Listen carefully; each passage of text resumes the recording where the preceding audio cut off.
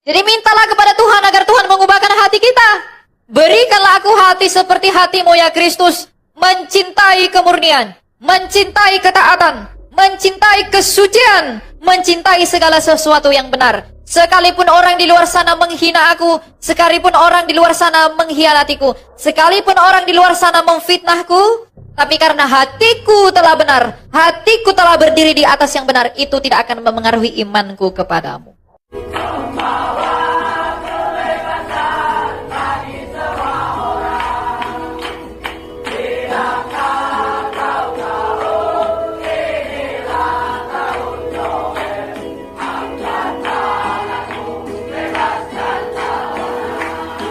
Nah, kita akan belajar firman Tuhan dari Injil Matius 23 ayat yang ke-11 sampai yang ke-12.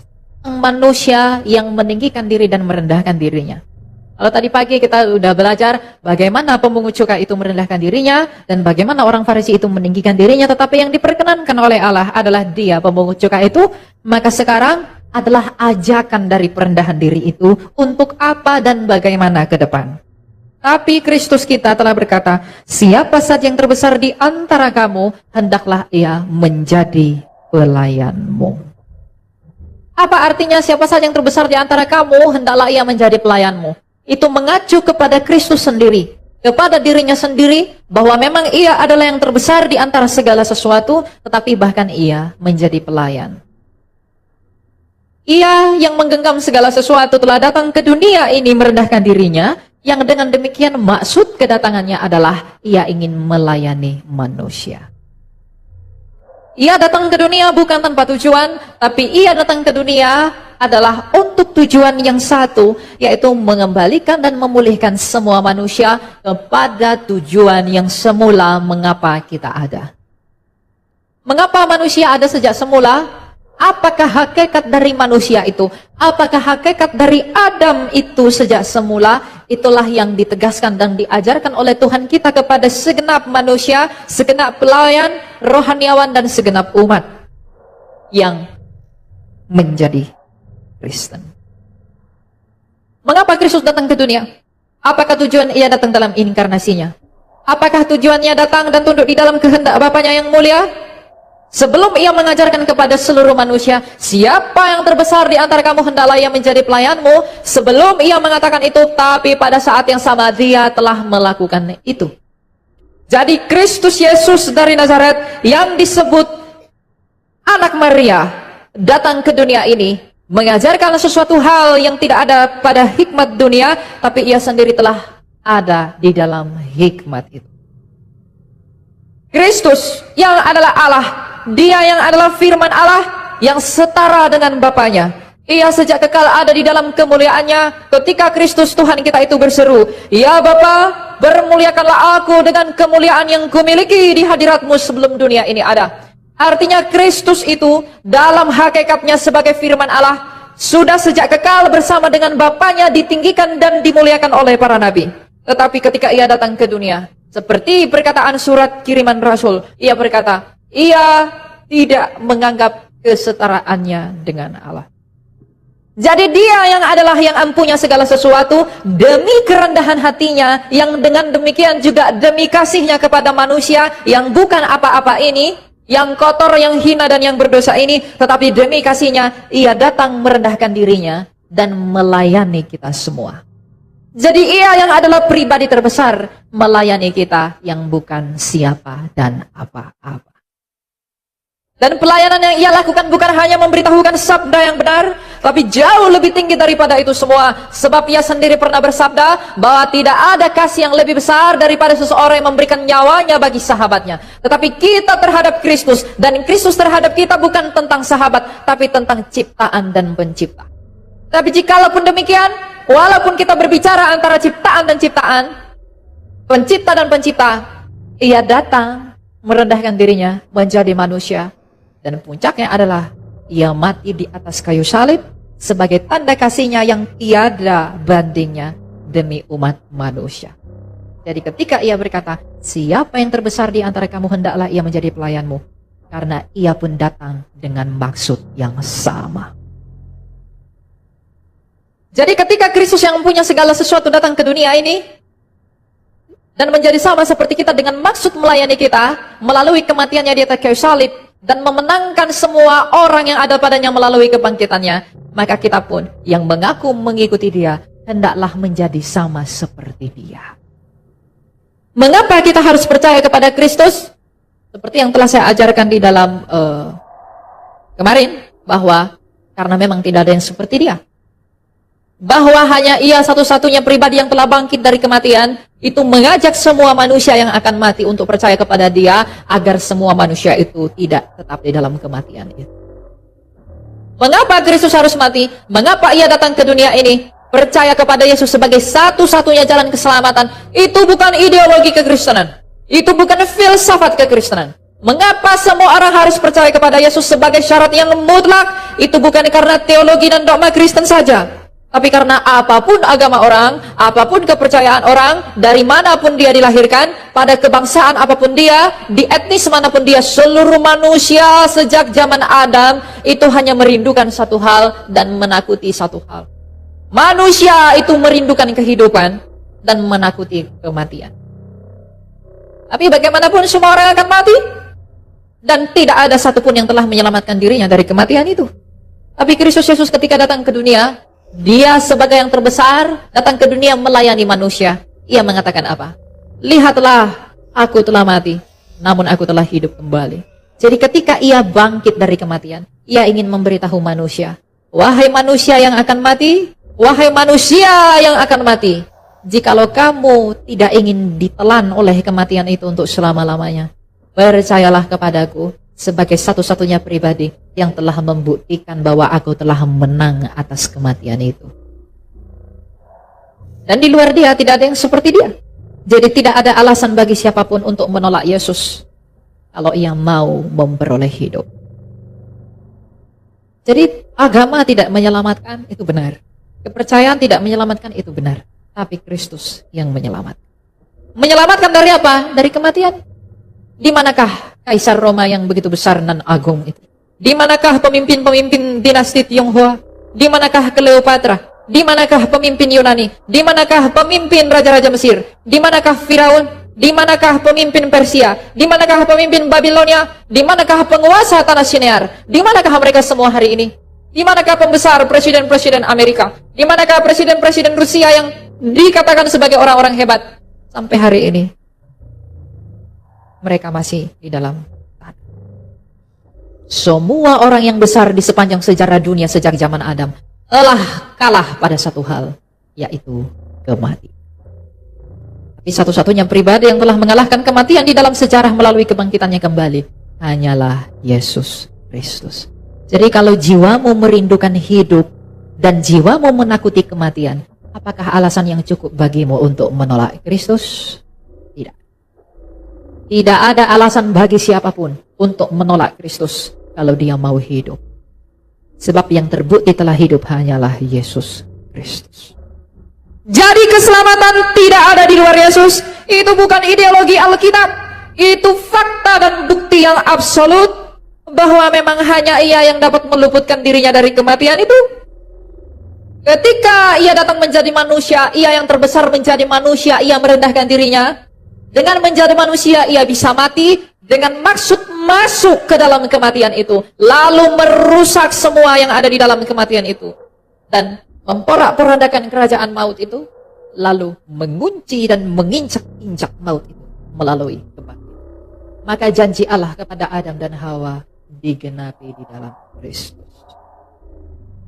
Allah sejak semula ketika manusia itu berdosa, Tuhan tak menjanjikan agama, Tuhan tak janjikan kepercayaan, Tuhan tak janjikan yang lain-lain. Dia hanya menjanjikan anak laki-laki yang lahir dari perempuan, di mana ular akan meremukkan tumit anak laki-laki itu, dan anak laki-laki itu akan meremukkan kepala ular itu.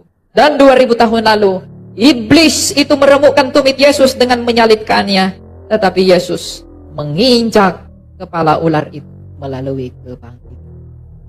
Maka berbahagialah Adam dan berbahagialah seluruh keturunannya yang mengambil bagian di dalam persekutuan kepada Kristus. Jadi Kalau kita bisa mengerti bahwa memang tidak ada jalan yang lain di luar daripada Kristus. Sebab Tuhan kita itu pernah bersabda, di luar aku engkau tak dapat berbuat apa-apa. Karena siapakah pembesar yang telah dapat menyelamatkan hidupnya? Adalah benar, adalah saksi yang amin dan setia tentang sabdanya Kristus yang berkata, di luar aku engkau tak dapat berbuat apa-apa. Itu bukan sebuah kebohongan, tapi itu adalah kebenaran. Sebab di manakah Farisi yang telah menghina dia? Di manakah imam besar Kayafas yang telah mengadili dia? Di manakah Pontius Pilatus? Di manakah Herodes yang agung? Di manakah Ptolemy? Di manakah pemimpin-pemimpin yang menaruh kejijikan kepada Kristus? Hari ini masih di dalam tanah. Bahkan kuasa yang ada pada mereka yang membuat mereka harus mengadili Kristus itu tak mampu menyelamatkan mereka dari maut. Jadi Kristus berkata, di luar aku engkau tak dapat berbuat apa-apa. Itu benar. Karena memang mereka sampai hari ini hanya di dalam kenangan. Jadi kalau manusia ingin memperoleh hidup dari Kristus yang adalah hidup, maka tak ada alasan yang cukup bagi siapapun untuk menolak dia atau bahkan meninggalkan dia.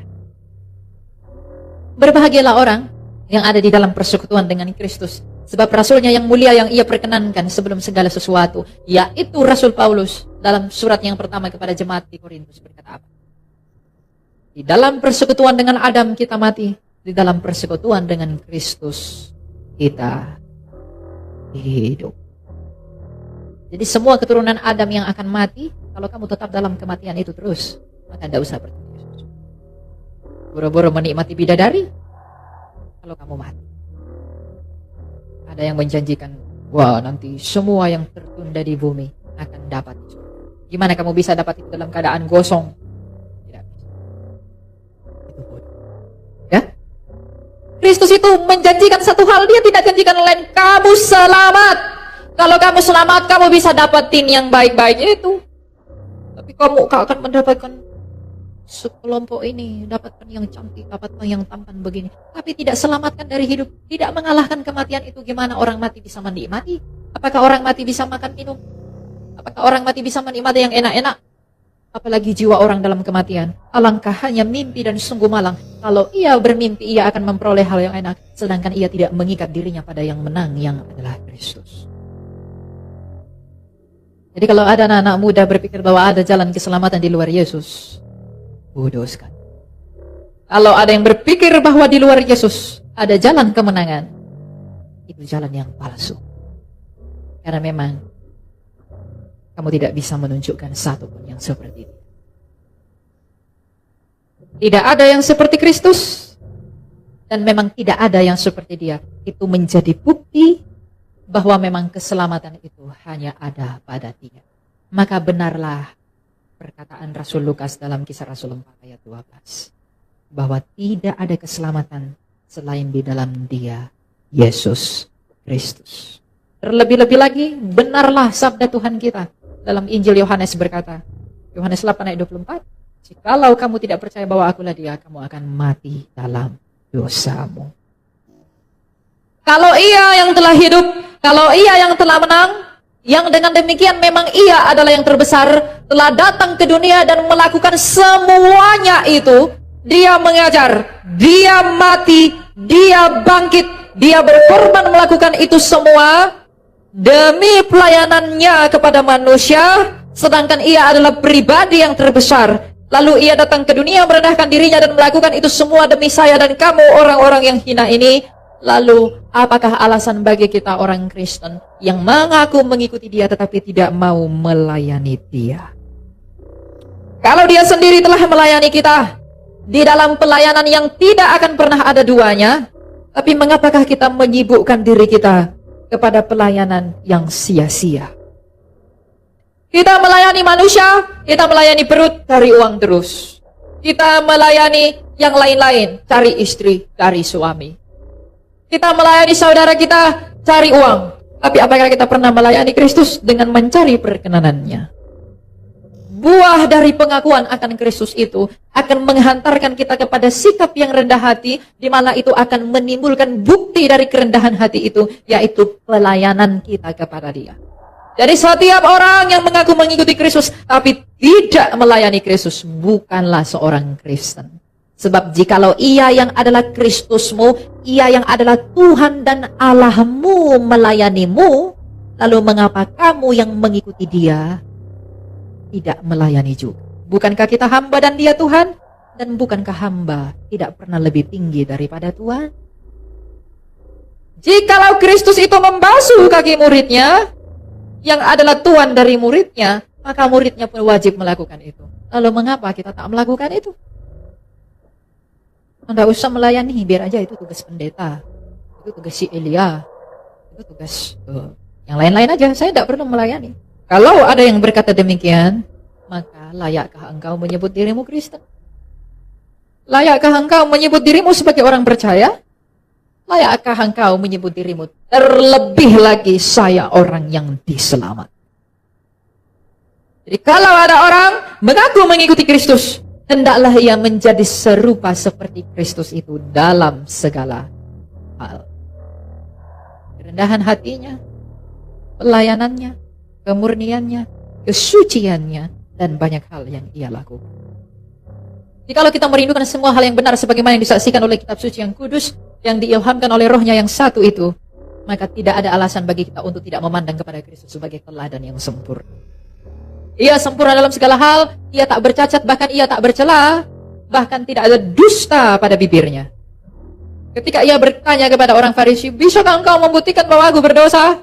Mereka tidak bisa membuktikan bahwa Yesus berdosa. Bahkan ketika ia diperhadapkan dengan pengadilan Pilatus, Pilatus pun mengatakan, aku tak menemukan kesalahan apapun pada orang ini. Artinya, ia memang tidak berdosa. Tapi jikalau ia pun yang tidak berdosa itu harus mengalami penderitaan yang begitu menyedihkan, lalu siapakah engkau yang adalah orang berdosa tapi tidak mau menderita? Siapakah manusia yang mengatakan, Tuhan luputkanlah aku dari penderitaan ini, lepaskanlah aku dari kesakitan ini, sedangkan Tuhanmu sendiri menderita, lalu mengapa engkau tidak mau menderita? Bukankah mengikut dia, ia berkata, juallah semua milikmu, lalu ikutlah aku, pikulah salibmu. Apakah kita seperti pemuda itu yang bersedih lalu meninggalkan dia? Atau kita seperti murid yang lain, yang dengan bersuka cita mengikut dia di dalam hikmatnya yang benar? Jadi kalau ada orang Kristen takut menderita, itu orang Kristen tidak mengerti arti Kristen. Mengikut Yesus adalah panggilan untuk menderita. Ini mungkin tidak menyenangkan Anda, tapi percayalah, ini menyenangkan jiwamu. Ini tidak akan menyenangkan telingamu, karena telingamu itu adalah daging. Keinginan dagingmu itu menolak itu. Keinginan dagingmu itu pengen tidur enak-enak, pengen makan enak-enak. Keinginan jiwamu, aku ingin murni, dan bagaimana itu dimurnikan? Penderita. Sebab ada tertulis bahwa ketekunan itu datang dari kesengsaraan. Kesengsaraan menimbulkan ketekunan, ketekunan menimbulkan tahan uji. Jadi kita sebagai Kristen, apakah yang sebenarnya kita dambakan? Apakah iman yang murni? Apakah cinta yang murni? Atau yang lain-lain? Kalau kita mendambakan iman yang murni, kita ingin cinta yang murni, maka bersiaplah kamu dicuci oleh penderitaan. Tapi kalau kamu tidak mau iman yang murni, atau bahkan jikalau kamu ingin iman yang murni tapi tidak mau menderita, jangan pernah berharap murni. Karena kemurnian Kristus itu pun diuji oleh Bapaknya melalui pencobaannya 40 hari, bahkan melalui penyaliban. Ketika ia naik ke atas kayu salib, ia berseru, tetelestai, sudah selesai. Ia terbukti murni sampai akhir hidup. Bahkan Kristus sendiri yang adalah yang tak berdosa, Allah Sang Bapa membuktikan bahwa dia murni di dalam penderitaan itu. Dan memang benar dia adalah yang murni. Lalu kalau kita merindukan kemurnian iman, lalu kita tidak mau menderita, itu hanya hayalan saja. Nah masalahnya, apakah kita sebagai orang yang mengaku dari kita Kristen, apakah kita menginginkan kemurnian iman? Apakah jiwamu merindukan kemurnian iman? Apakah jiwa kita menginginkan cinta yang tulus? Apakah kita merindukan cinta yang sehat kepada Kristus? Apakah yang kau inginkan, wahai manusia? Apakah yang kita inginkan, wahai jiwa manusia? Apakah yang kita dambakan? Apakah yang menjadi dasar pengharapan kita? Apakah yang kita cari dalam hidup ini? Apakah yang kita cari dengan menjadi seorang Kristen? Apakah yang kita harapkan? Apakah yang kita inginkan dengan mengaku bahwa Kristus adalah Tuhan dan Allah kita? Apakah yang engkau cari dengan menjadi Kristen? Apakah yang engkau cari datang ke gereja ini? Apakah yang engkau cari dengan mengikuti perjamuan kudus? Apakah yang saya cari dengan berkhotbah? Apakah yang kamu cari dengan menyanyi? Apakah yang semua orang cari di dalam persekutuannya dengan Kristus? Karena semua orang bisa masuk ke dalam gedung gereja yang sama, tapi berbeda motivasi. Kucing dan tikus sama-sama berlari, tapi yang satu karena lapar, yang satu karena menyelamatkan nyawanya. Semua orang bisa sama-sama bernyanyi, tapi apakah motivasinya bernyanyi? Semua orang sama-sama bisa duduk di tempat ini. Tapi apakah motivasimu duduk di tempat ini? Apakah karena usahamu demi pelayananmu kepada Kristus, atau hanya ingin menutupi dirimu agar terlihat bodos? Jadi usahakanlah yang baik, usahakanlah yang benar demi suatu hal yang baik. Hal ini harus dikatakan kepada manusia, agar manusia itu mengerti siapa dia di hadapan keagungan Allahnya. Hal ini harus dinyatakan kepada kita agar kita mengerti di dalam hikmat yang dari atas, bahwa apakah tujuan saya ada, dan apakah maknanya Kristus itu merendahkan diri kepada saya. Apakah tujuannya merendahkan diri di hadapan manusia? Apakah tujuannya taat kepada Bapaknya, yang semata-mata hanya oleh karena kasih? Lalu apakah kita sudah melayani dia sebagai bukti kasihnya kita kepada dia? Kalau ia telah membuktikan kasihnya kepada manusia melalui kerelaan dan ketaatannya tergantung di kayu salib itu, lalu apakah bukti bahwa kita mengasihi? Kristus itu pernah bersabda, jikalau engkau mengasihi aku, engkau pasti melakukan perintah. Apakah perintahnya dia yang utama itu? Kasihilah Allahmu, kasihilah sesamamu, kasihilah musuh. Apakah kita sudah melakukan itu? Apakah kita sudah hidup di dalam hukumnya? Jikalau belum, lalu apakah kita menyebut diri kita Kristen? Apa yang menjadi dasar bahwa kita adalah seorang Kristen? Kristen KTP, Kristen tanpa pertolongan. Tidak usah sibuk mengurus yang di luar Kristen. Yang di dalam Kristen pun banyak yang di dalam Matius 7 yang menyebut Yesus Tuhan, Tuhan tuh nggak mungkin bukan orang Kristen. Tuhan, bukankah kami bermujizat demi namamu? Tuhan, bukankah kami berbuat demi namamu? Tuhan bilang apa? Nyahlah engkau, karena engkau tak melakukan kehendak Bapa. Dia ngomong Tuhan, Tuhan. Tapi ada orang lemah, dibiarkan. Ada orang kelaparan, tidak dikasih makan. Ada orang butuh tangannya, dia sembunyikan. Ada orang butuh bantuannya, dia pergi. Ada orang membutuhkan kasihnya, dia malah pergi. Artinya, Kristus yang ada di dalam kamu, itu tidak terlihat. Sehingga dengan cara yang demikian, kamu menyangkali. Penyangkalan itu bukan tentang ucapan. Penyangkalan itu adalah tentang sikap hidup. Saya mungkin bisa berkhotbah, tapi kalau hidup saya tidak benar, saya menyangkali dia. Kalau saya tak setia pada panggilan saya yang mula-mula, Tuhan akan buang saya. Kalau saya tak konsisten pada hati yang mula-mula, Tuhan akan buang saya dan tak sulit bagi Tuhan untuk menggantikan saya dengan yang lain. Kalau saya main-main dengan pelayanan saya, bahkan saya pun akan ditepis oleh Allah. Kalau saya tak menjaga kemurnian hati daripada pelayanan kepada Kristus sebagai bentuk syukur kita kepada dia, dia pun akan meninggalkan saya. Jangan sesat. Allah tidak membiarkan dirinya dipermainkan. Jadi perhatikanlah ini wahai para pelayan, perhatikanlah ini wahai para umat, dan perhatikanlah ini wahai semua orang. Bahwa kalau Kristus yang terbesar di antara segala sesuatu telah merendahkan dirinya bagi dan demi kasihnya kepada kita umat manusia. Tapi apakah yang kita balaskan? Apakah yang kita upahi atas kasihnya? Bukankah kita hanya selalu dan selalu mengkhianati dia dengan segala dosa dan pelanggaran kita? Kalau demikian, kita pun tahu, maka marilah kita sama-sama merendahkan diri kita di hadapan dia.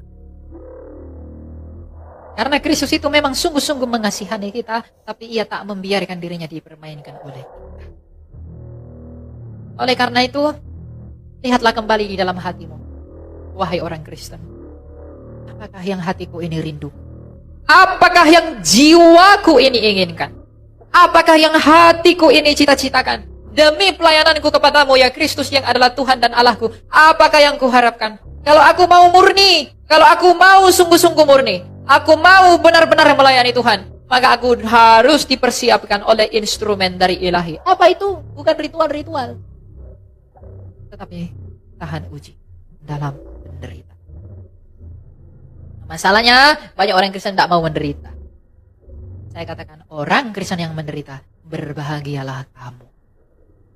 Karena Tuhan tahu kamu mampu menghadapi penderitaan itu, maka Dia limpahin itu kepadamu dengan maksud memurnikan imanmu. Dan kalau imanmu murni, kamu akan tahan uji dan kamu akan berbahagia. Kalau orang menjadi Kristen karena dia mau minta ini, dia mau itu, demi hal-hal yang ada di dunia ini. Ketika itu ia tidak dapatkan, dia akan tinggalkan Tuhan kan? Tidak dapat. Cari aja yang lain. Tidak dapat, aku cari aja yang lain. Aku tidak memperolehnya. Aku kecewa, lalu tidak mau lagi melayani Tuhan. Lalu tidak mau lagi ikut Tuhan. Tidak memberi hati lagi kepada Tuhan. Lalu dengan demikian, itu menjadi alasan bagi dia tidak lagi mengikut Kristus. Itu adalah iman yang berdiri di atas dasar yang salah. Tapi kalau iman kita berdiri di atas dasar yang benar, kita tahan uji dari penderitaan itu. Bagaimanapun keadaan hidup kita ke depan, itu tidak akan memengaruhi kualitas imanmu. Jangan minta sama Tuhan untuk mengubahkan hidup. Jangan minta. Ubahkanlah, minta kepada Tuhan agar Tuhan mengubahkan hatimu. Karena dari hatimu lah hidupmu terpancar. Maka dikatakan, jagalah hatimu dengan segala kewaspadaan, karena dari situlah terpancar kehidupan. Hatimu yang kamu ubah. Agar apapun keadaan hidupmu, apapun kondisi di luar sana, itu tidak memengaruhi iman. Jadi mintalah kepada Tuhan agar Tuhan mengubahkan hati kita. Berikanlah aku hati seperti hatimu ya Kristus. Mencintai kemurnian, mencintai ketaatan, mencintai kesucian, mencintai segala sesuatu yang benar. Sekalipun orang di luar sana menghina aku, sekalipun orang di luar sana mengkhianatiku, sekalipun orang di luar sana memfitnahku, tapi karena hatiku telah benar, hatiku telah berdiri di atas yang benar, itu tidak akan memengaruhi imanku kepadamu. Tapi kalau iman kita berdiri di atas dasar atau suasana hidup kita, hati kita tidak benar, itu akan menjadi masalah. Itulah mengapa banyak orang yang mundur dari pelayanan kepada Kristus. Banyak orang yang meninggalkan Tuhan karena kecewa. Dia berdoa, Tuhan berikan saya uang dengan segini, berkati bisnis saya begini-begini. Ketika itu tak terjadi, dia tinggalkan Tuhan. Dia tidak minta, dia minta kepada Tuhan untuk ubahkan bisnisnya, tapi dia tak minta kepada Tuhan untuk ubahkan hatinya. Sungguh malang sekali. Padahal hidup itu terlihat dari hati. Hidup itu dipancarkan dari hati. Nah, apakah kita pernah berdoa meminta kepada Tuhan, ubahkanlah hatiku? Apakah kita pernah merindukan? Atau apakah kita pernah mendambakan hati yang seperti Kristus itu? Atau kita hanya merindukan hidupnya ideal tuh begini. Lagi anak-anak muda. Ya kan? Pacar yang ideal tuh begini.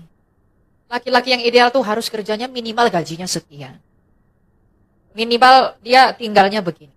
Perempuan yang ideal tuh minimal tingginya sekian. Berat badannya sekian.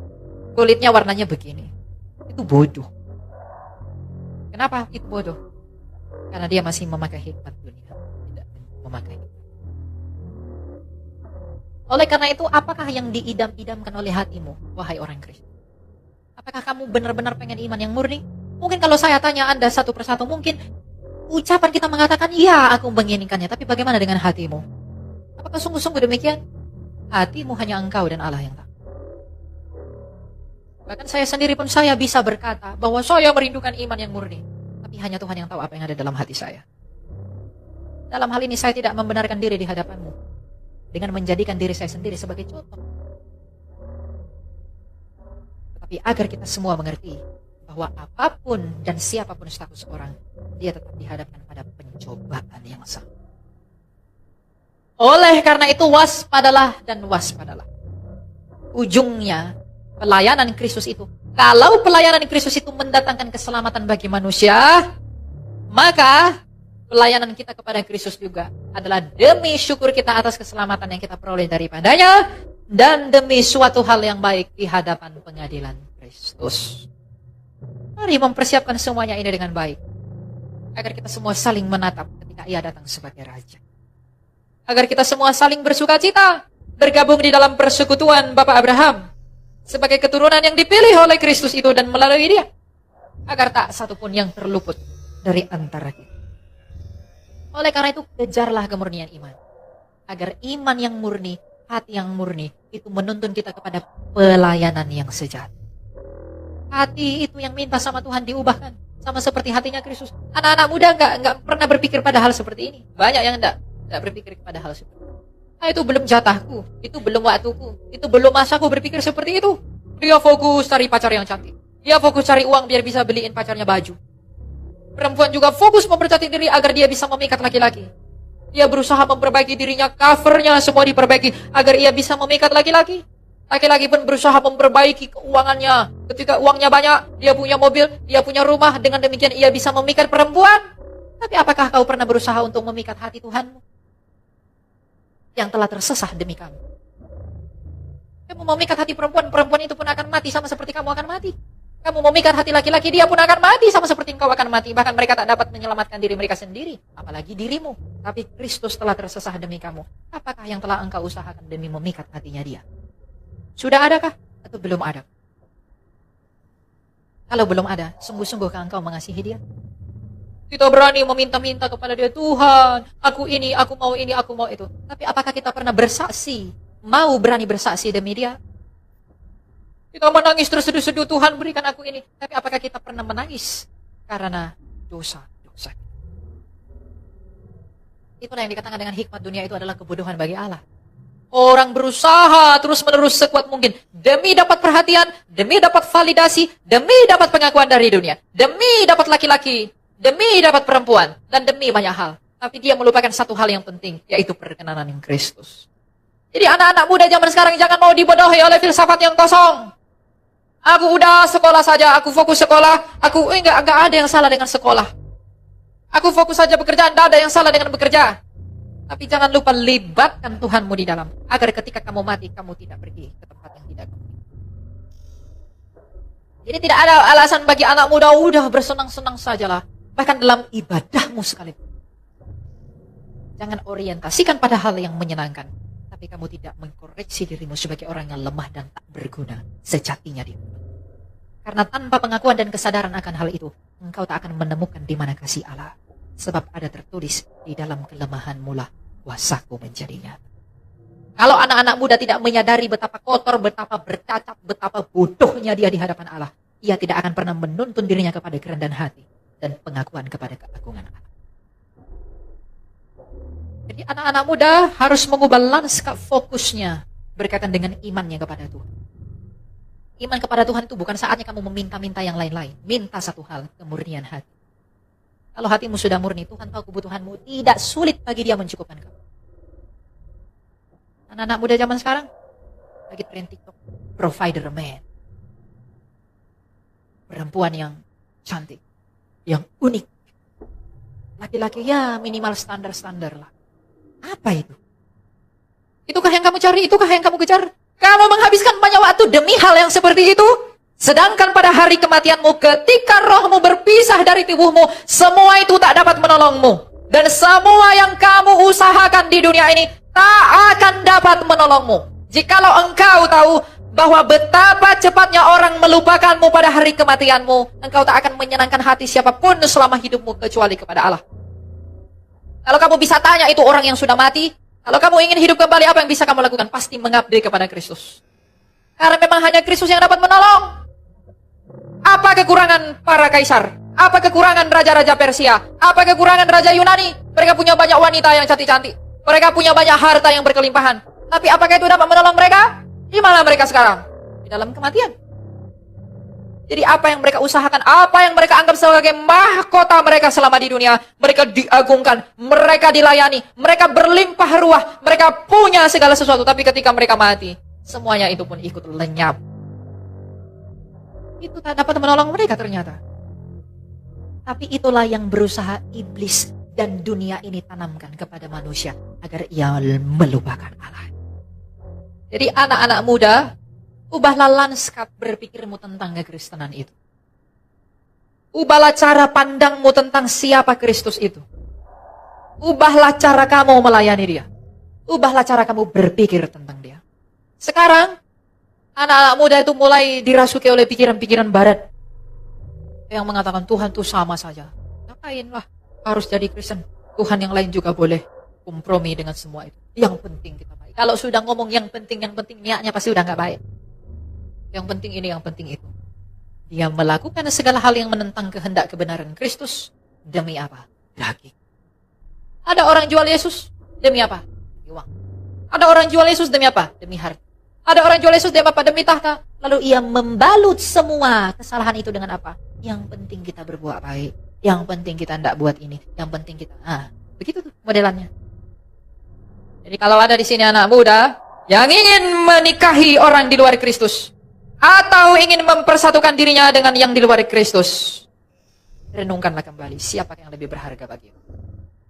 Pengorbanan Tuhanmu kah? Tapi pacarku sudah belikan aku baju baru. Dia sudah belikan aku sepatu yang mahal. Dia sudah kasih aku mobil. Dia sudah kasih aku rumah. Dia sangat effort sekali. Laki-laki yang effort sekali. Dia sangat mencintaiku. Dia membuktikan cintanya luar biasa kepadaku. Coba kamu suruh tuh laki-lakimu itu mati. Mau nggak? Demi kamu. Yuk dong, tersalib dong. Mau mati nggak demi kamu? Pasti dia nggak mau kan? Kristus mau mati demi kamu. Cinta siapa yang lebih besar? Kalau cinta Kristus yang lebih besar, mengapa engkau menghabiskan lebih banyak cintamu kepada pacarmu daripada kepada Kristus? Oh, dia itu perempuan yang baik sekali. Dia perempuan yang begini.